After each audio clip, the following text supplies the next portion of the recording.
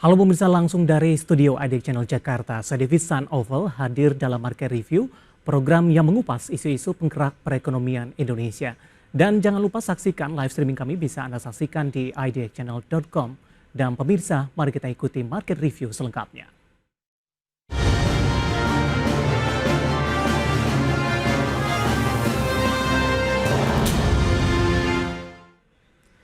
Pemirsa, Purchasing Manager Index atau PMI Manufaktur Indonesia masih terkontraksi di bawah 50 pada bulan September 2024. Meski demikian, S&P Global mencatat indeks aktivitas manufaktur tersebut mengalami penguatan tipis dibandingkan bulan Agustus yang berada di level 48,9. S&P Global mencatat Purchasing Managers Index atau PMI Manufaktur Indonesia di bulan September 2024 masih mengalami kontraksi di bawah 50, tepatnya berada di level 49,2. Indeks aktivitas manufaktur tersebut mengalami kenaikan tipis dibandingkan bulan Agustus yaitu 48,9. Namun demikian, laporan terbaru S&P Global tersebut juga menekankan meski mengalami kenaikan, PMI Manufaktur Indonesia menunjukkan penurunan marginal dan sedikit lebih lambat dalam 3 bulan terakhir. Laporan S&P Global menyebutkan, panelis memberikan tanggapan bahwa kondisi permintaan pasar masih lamban dan aktivitas klien secara umum lebih rendah dibandingkan sebelumnya pada tahun 2024.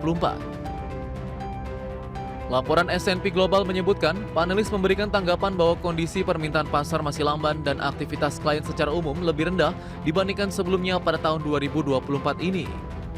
Permintaan manufaktur global yang turun juga ikut membebani kinerja penjualan eksternal. Adapun kinerja ekspor baru mengalami penurunan tajam sejak bulan November 2022 dan telah berlangsung selama 7 bulan berturut-turut.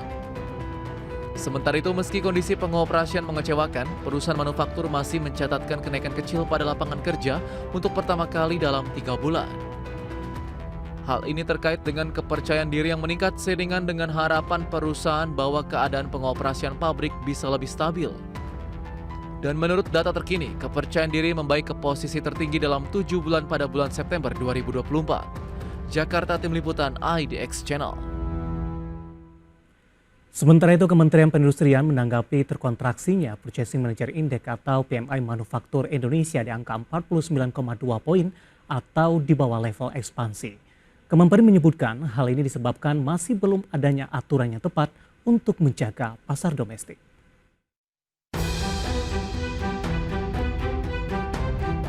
Juru bicara Kementerian Perindustrian Febri Henry Antoni Arif menyebutkan terkontraksinya Purchasing Managers Index atau PMI Manufaktur pada bulan September di angka 49,2% atau 3 bulan terkontraksi secara berturut-turut lantaran belum adanya kebijakan yang tepat untuk menangani pasar domestik. Febri menambahkan, lesunya pasar ekspor yang saat ini terjadi tidak bisa diimbangi dengan kondisi pasar domestik yang juga lesu. Sehingga dibutuhkan kebijakan yang ramah pada pasar domestik untuk melindungi produk manufaktur terutama Peraturan Menteri Perdagangan Nomor 8, di mana Kemenperin meminta agar direvisi guna membuat pasar domestik naik. Hal ini menyangkut masih tingginya angka impor di tanah air, sehingga dirinya meminta agar pelabuhan di timur Indonesia segera terrealisasi untuk membatasi impor dan diperketat. Dari Jakarta, Adi Firmansyah, IDX Channel.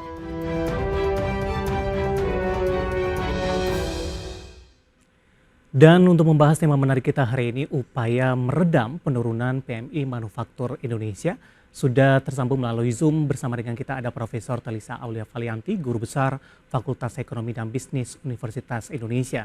Dan nanti juga akan bergabung Bapak Abdul Sobur, Ketua Umum Himpunan Industri Mebel dan Kerajinan Indonesia atau HIMKI. Dan saat ini kami sudah terhubung melalui Zoom bersama dengan Profesor Telisa Aulia Valianti, Guru Besar FEB Universitas Indonesia. Dan tampaknya juga sudah bergabung bersama dengan kita ada Bapak Abdul Sobur, Ketua Umum Himpunan Pengusaha Mebel dan Kerajinan Indonesia atau HIMKI. Saya akan coba sapa kedua narasumber ini. Ibu Telisa, selamat pagi. Apa kabar Ibu? Ya, selamat pagi. Baik, Mas David. Terima kasih. Selamat pagi juga Pak Abdul Sobur. Sehat selalu semuanya. Ya, terima kasih Ibu Telisa sudah meluangkan waktu. Kemudian juga ada Bapak Abdul Sobur, Ketua Umum Himpunan Pengusaha Mebel dan Kerajinan Indonesia atau disingkat dengan HIMKI. Pak Sobur, selamat pagi. Terima kasih sudah bergabung, Pak. Selamat pagi Pak David, juga Ibu Telisa. Ya, terima Salam kasih. sehat selalu. Ya, terima kasih Bapak Ibu yang sudah berpartisipasi pada pagi hari ini. Topik kita cukup menarik, upaya meredam penurunan PMI manufaktur Indonesia. Saya mungkin ke Ibu Telisa terlebih dahulu. Ibu Telisa, dari beberapa informasi yang baru saja kita sampaikan, posisi dari PMI manufaktur cenderung mengalami penurunan di beberapa bulan terakhir, meskipun data terbaru masih di bawah ekspansi, tapi sudah ada perbaikan dari bulan sebelumnya. Bagaimana Anda melihat kondisi seperti ini kalau kita kaitkan juga dengan perkembangan ekonomi global dan juga dari sisi domestik?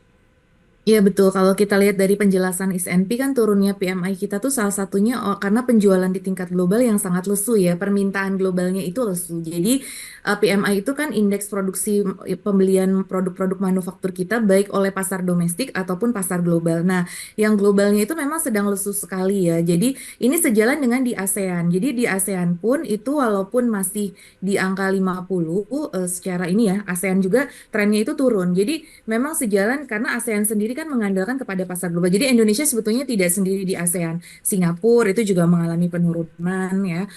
Thailand juga mengalami penurunan, Malaysia juga mengalami penurunan. Namun yang masih naik itu Filipina ya. Jadi ada beberapa pola yang berbeda. Tapi overall memang ASEAN sendiri mengalami penurunan itu terkait dengan pasar global yang lesu. Jadi yang harus kita waspadai adalah penurunan. Walaupun tadi memang betul sudah membaik, September lebih membaik dibandingkan dengan Agustus. Agustus lebih slow lagi ya. Nah, September udah ada perbaikan, namun tadi pesanan di tingkat globalnya ini yang masih bermasalah. Jadi dinyatakan kan di situ bahwa penurunan pada output dan pesanan baru. Jadi output turun, produksinya turun, kemudian pesanan baru juga mengalami penurunan. Hanya sedikit saja ketenaga kerjaan komponennya yang mengalami peningkatan seperti itu. Jadi overall saya melihat bahwa tren berturut-turut ini ya memang masih dipengaruhi oleh faktor global. Nah, tapi kita berharap global ini akan segera recover ya, pasca misalkan The Fed menurunkan suku bunga, setidaknya ada apa ya, di tingkat global ada sentimen-sentimen positif. Tapi memang globalnya kemarin masih terpengaruh oleh higher for longer dan kondisi geopolitik yang masih memanas. Baik, saya ke Pak Sobor ini. Pak Sobor, dari sisi pelaku usaha yang terjun langsung dan terlibat, bagaimana kondisi sebenarnya sampai sejauh ini, kendala apa atau mungkin ada beberapa hambatan tertentu atau mungkin juga dari sisi permintaan secara global ini memang masih melambat sampai sejauh ini?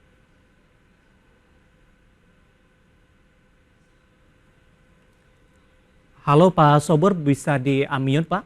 Iya, baik. Ya, selamat siang Pak David. Jadi apa yang tadi disampaikan oleh eh, para pengamat ya, termasuk Ibu, jadi kami rasakan sekali di lapangan bahwa kalau kita rujuk dari katakanlah tahun 2013 ya Bu ya, ini lompatnya lumayan jauh nih kita. Itu kan kita bisa baca data bahwa mungkin dulu bisa mencapai kontribusinya di 28% ya, atau lebih barangkali ya. Di kuartal terakhir yang kita lihat 2024 itu udah mendekati angka 17%. Ya. Artinya bahwa 11% penurunan itu ya, dalam rentang waktu kurang lebih sekitar 13 tahun gitu ya. Di situ kan data nggak bisa kita pungkiri dan yang kami rasakan di lapangan memang terjadi penurunan saat ini. Kecuali di 2021 memang dari sektor manufaktur khususnya untuk ekspor kami mengalami pertumbuhan signifikan sekali karena pada saat itu dipacu dengan kondisi perubahan ekonomi yang tiba-tiba melompat ya di USA terutama setelah pandemi mereka mungkin tidak belanja lalu tiba-tiba 2021 mereka belanja, itu apa istilah teorinya itu pent up kalau nggak salah ya. Jadi kayak seperti dendam belanja yang kemudian mengalami pertumbuhan di sektor industri mebel ini sampai di angka 27% ya. Jadi anomali tinggi sekali ya pertumbuhannya itu sehingga mencapai angka 3,4 miliar dolar omset kami rata-rata. Kemudian mengalami penurunan ya di 2022 dan sampai hari ini masih mengalami penurunan. Kami sih menilai penurunan dari pertumbuhan yang anomali tadi sebetulnya. Tetapi di lain pihak ketika di dalam negeri sendiri, di domestik juga kita merasakan ada deflasi dan lain sebagainya, maka sektor manufaktur itu sebetulnya mulai terlihat, terutama ya dampaknya karena adanya persaingan global yang makin kuat. Begitu kebijakan dari pemerintah ini longgar terhadap impor, Misalnya untuk industri-industri yang strategis seperti industri furniture dan industri lainnya yang padat karya, termasuk tekstil dan alas kaki, longgar maka turun Pak pasti. Karena apa?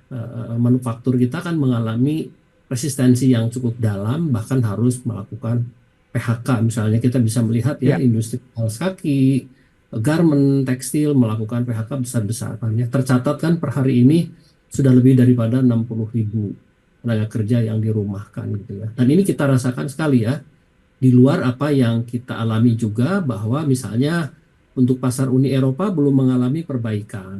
Bahkan dalam waktu terakhir dengan mau diberlakukannya EUDR ya, regulasi yang dimiliki oleh Uni Eropa terhadap produk-produk hasil hutan ya, itu sangat kontroversial dan bahkan hari ini kita melihat bahwa akan ada dampak. Tapi rupanya dari berbagai negara termasuk Amerika Serikat dan China belum sepakat nih. Tetapi suka atau nggak suka, itu adalah cara mereka untuk membentengi pasar mereka dari serbuan barang-barang dari luar Uni Eropa kan sebetulnya. Termasuk Indonesia nanti akan kena itu.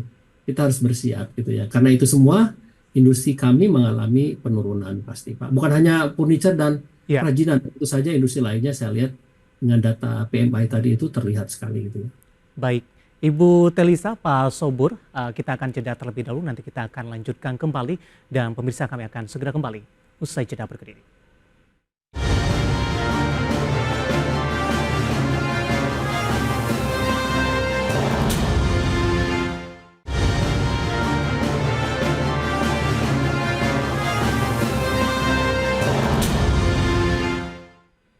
Pemirsa, masih di Market Review dan kita masih membahas topik menarik, upaya meredam penurunan PMI Manufaktur Indonesia. Sebelum kita lanjutkan perbincangan pemirsa, kita akan coba lihat terlebih dahulu beberapa informasi grafis yang berhasil dihimpun oleh tim redaksi kami.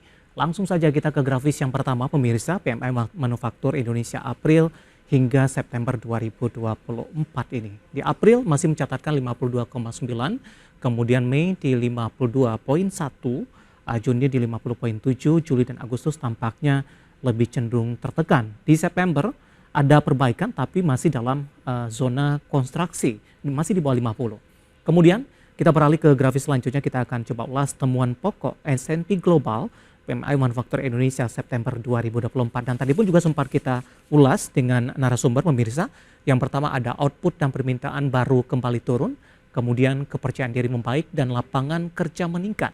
Selanjutnya inflasi biaya turun hingga ke posisi terendah dalam 12 bulan terakhir. Kita beralih ke grafis selanjutnya, kita akan coba lihat beberapa jenis-jenis industri manufaktur Indonesia. Yang pertama industri makanan dan minuman, selanjutnya ada farmasi, kimia, logam dan mesin, otomotif, elektronik, industri tekstil dan juga produk tekstil. Itu dia beberapa informasi grafis yang berhasil dihimpun oleh tim redaksi kami dan semoga bisa menjadi salah satu referensi untuk Anda. Kita lanjutkan kembali perbincangan bersama dengan Ibu Profesor Talisa Aulia Valianti, Guru Besar FEB Universitas Indonesia, dan juga ada Bapak Abdul Sobur, Ketua Umum Himpunan Pengusaha Mebel dan Kerajinan Indonesia atau disingkat dengan HIMKI. Ibu Talisa, kita lanjutkan kembali Ibu, sesuai dengan tema kita kali ini, upaya meredam penurunan PMI Manufaktur Indonesia.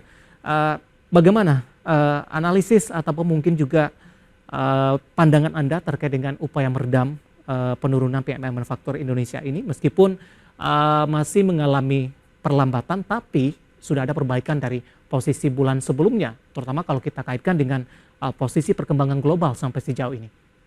Ya, kalau saya melihat kita harus mengupayakan ya tadi dengan kebijakan-kebijakan yang pro kepada industri tadi disampaikan ya. Jadi saya setuju banget bahwa di tengah perlambatan global kan kalau dari sisi global itu tadi dikatakan ya oleh Pak Subur juga bahwa sangat kompetitif gitu kan. Nah, setidaknya pasar domestik lah yang kita bisa andalkan dalam kondisi globalnya sedang agak sulit. Nah, walaupun tetap pasar global tetap perlu kita ekspansi, kita tetap perlu meningkatkan kualitas dan pasar dan lain sebagainya. Tapi pasar domestik ini juga harus kita amankan dalam arti bahwa hal-hal yang bisa memang itu tersedia ya produknya, kita harus mengutamakan juga kepada produk-produk industri manufaktur kita sendiri sehingga PMI kita bisa meningkat karena kan industri manufaktur adalah sektor penyerap lapangan kerja formal. Nah, yang itu yang perlu kita sadari dan menciptakan income stabilitas buat masyarakat. Nah, Oleh karena itu, kita harus tadi ya, kebijakan seperti Permendak, tadi disampaikan memang perlu bagaimana dalam implementasi ya, Satgas pengawasan impor, terutama banyak sekali impor-impor ilegal yang lewat pelabuhan-pelabuhan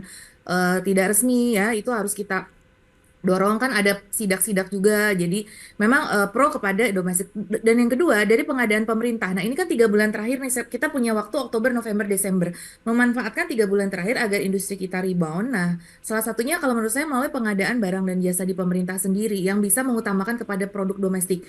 Pastikan bahwa itu memang kepada produk domestik ya industri manufaktur kita karena banyak cerita bahwa PT-nya PT domestik tapi sebetulnya barangnya impor. Nah, hal-hal seperti itu. Jadi artinya bahwa kita perlu make sure bahwa ini setidaknya dari anggaran pemerintah ya dari kita oleh kita untuk kita. Jadi nggak selalu semua untuk barang impor kecuali memang untuk produk-produk yang tidak tersedia ya yang memang kualitasnya atau ada kendala dari sisi memang tidak ketersediaan di lokal. Nah, tapi untuk barang-barang yang memang dipenuhi di lokal itu kita perlu pro kepada produk-produk industri. Ya tadi salah satunya lewat pengadaan barang dan jasa pemerintah. Nah, itu jadi lewat kebijakan yang pro industri itulah kita bisa meningkatkan menurut saya PMI kita. Itu yang terdekat ya. Nah, kemudian dari sisi global ya kita melakukan market intelligence ke pasar-pasar non tradisional untuk meningkatkan industri kita seperti mebel, kerajinan itu kan sebetulnya masih punya pasar tersendiri gitu ya. Kita juga punya perjanjian-perjanjian bebas, kita utilisasi perjanjian bebas itu yang belum optimal misalkan untuk meningkatkan ekspor industri kita sehingga PMI kita nanti bisa bangkit lagi. Jadi saya melihat dua sisi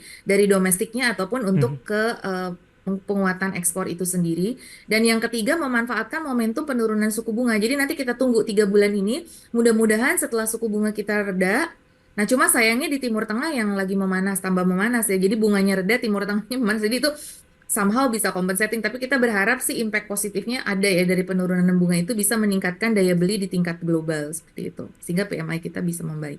Baik Ibu Telisa, Pak Sobur dari beberapa hal yang dijelaskan Ibu Telisa tadi, insentif ini sudah diluncurkan oleh pemerintah begitu. Tapi dari sisi pelaku usaha, apakah ini sudah mencukupi, sudah mumpuni atau mungkin ada hal-hal lain yang memang harus lebih diperhatikan Pak dalam mendongkrak dari PMI Manufaktur Indonesia? Ya, betul sekali ya apa yang disampaikan Profesor Telisa tadi. Jadi domestik kita harus betul-betul kita kuasai, Pak. Jangan sampai ibaratnya itu kue yang ada itu malah diberikan ke asing gitu ya. Dengan regulasi yang melonggarkan mereka masuk. Kalau bisa harus dipersulit malah. Jadi kalau kita komitmen untuk pengembangan industri nasional, maka sebesar-besarnya potensi pasar di dalam negeri itu kita kuasai gitu ya. Banyak cara atau strategi yang bisa dilakukan oleh pemerintah, tidak harus dengan memberikan pajak yang besar, karena mungkin nanti negara tetangga atau negara lain ya akan membalas hal yang sama gitu ya. Kita bisa melihat kan gitu ya. Tapi misalnya untuk sektor mebel dan kerajinan khususnya gitu kan, impor kita udah mendekati, udah sampai 1 miliar dolar Pak. Ya, itu artinya 15 triliun. Kan sayang kalau kita gunakan itu untuk potensinya di dalam negeri, itu ekuivalen Bapak dan Ibu ya, itu 200.000 tenaga kerja sebetulnya bisa diserap ya. Dengan cara seperti apa? Kami mengusulkan misalnya beberapa titik pelabuhan nggak usah di Tanjung Priuk atau di Tanjung Mas, Tanjung Perak. Taruh aja di luar Jawa misalnya di Sulawesi. Atau kalau perlu Papua. Kita nggak menolak, tapi dengan alasan-alasan yang argumentatif ya tentunya. Yang kedua, itu tadi disampaikan Profesor Telisa bahwa ekspansi pasar harus dilakukan. Ketika Uni Eropa mengalami pelambatan atau penurunan bahkan negatif, kemudian Amerika Serikat juga ada penurunan karena inflasi yang besar, maka memang emerging market harus menjadi target kita. Kami di HIMKI sendiri berusaha untuk memasuki sekarang ke pasar India, bahkan ke pasar Cina sebetulnya yang notabene mereka kan jagoannya di manufaktur, tapi kan tidak semuanya bisa dikerjakan oleh Cina. Kalau untuk kasus kami, pasti ada beberapa produk yang keunggulan komparatifnya ada di kami, Cina nggak miliki, misalnya eksotisud seperti kayu jati, atau rotan, dan lain sebagainya, berbasis kearifan lokal itu sebenarnya bisa masuk ke negara itu. Nah, kombinasi antara ekspansi untuk pasar dan menjaga pasar lokal untuk seoptimal mungkin diambil oleh kita, dengan sendirinya akan menaikkan manufaktur yang kita harapkan ya. PMI aja pasti naik Pak gitu ya. Kalau kita bicara mengenai jangka panjang tentu saja sebetulnya ini kan daya saing yang harus diperbaiki oleh Iya. kita. Tapi pasti komponennya kan banyak sekali untuk daya saing ini. Tapi dua hal tadi saya kira cukup signifikan. Yang ketiga tadi yang disampaikan Profesor Teresa betul sekali Pak. Penurunan suku bunga itu cukup signifikan Pak. Hmm. Ya, itu kan berarti bunga yang kita peroleh untuk kredit modal kerja kan mengalami penurunan juga. Itu cuma skalanya harus diperbesar.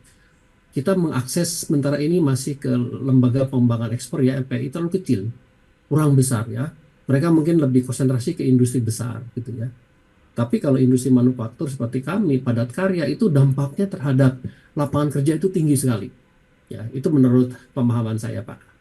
Baik, Pak Sobur, Ibu Telisa, kita akan jeda kembali. Kita masih punya satu segmen di sesi ini nantinya. Dan nanti kita akan menyinggung tantangan ke depannya akan seperti apa. Kemudian juga pergantian dari pemerintahan baru nantinya juga harapannya juga akan seperti apa. Kita akan jeda kembali dan pemirsa Market Review akan segera kembali sesaat lagi.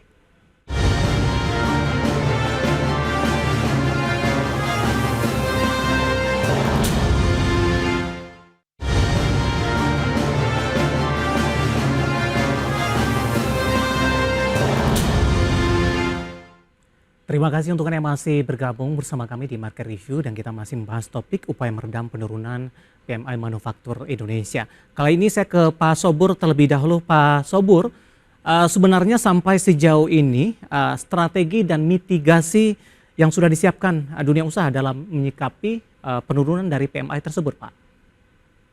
Ya, kita sudah mempunyai semacam blueprint atau kita mengistilahkan Grand Strategic Plan ya untuk 5 tahun ke depan. Itu kita akan canangkan untuk bisa mencapai 5 miliar US dollar ya, atau kurang lebih sekitar pertumbuhan di 2 kali lipat dari saat ini Pak untuk industri mebel dan kerajinan ya. Jadi itu juga kita lakukan.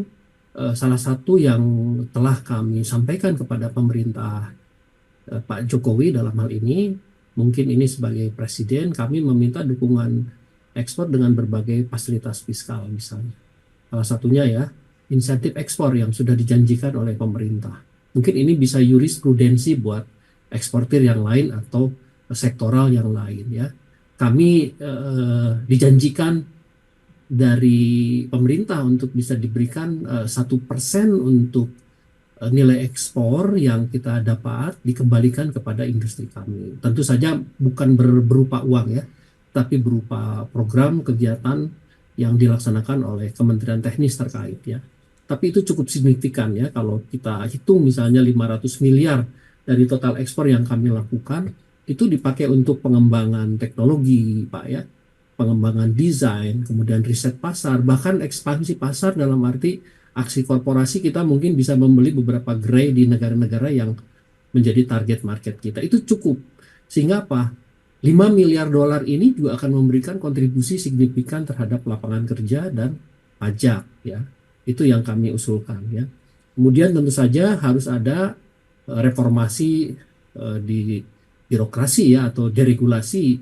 Beberapa hal yang tidak mendukung industri tentu saja harus dihilangkan atau dicoret gitu ya. Misalnya beberapa kebijakan yang mendorong pertumbuhan impor ya harus dikurangi, kecuali tadi seperti Profesor Kalisa katakan produk itu tidak bisa diproduksi di dalam negeri. Tapi selama produk itu bisa dibikin di dalam negeri, apalagi untuk produk furniture kita sanggup bersaing dengan bangsa manapun sebetulnya ya.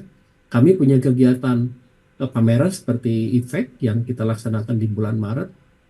Itu lebih dari 15.000 buyer datang ke sini Pak, dari seluruh dunia itu, dari 121 negara. Karena kita punya kemampuan desain yang unik yang tidak bisa dimiliki negara lain.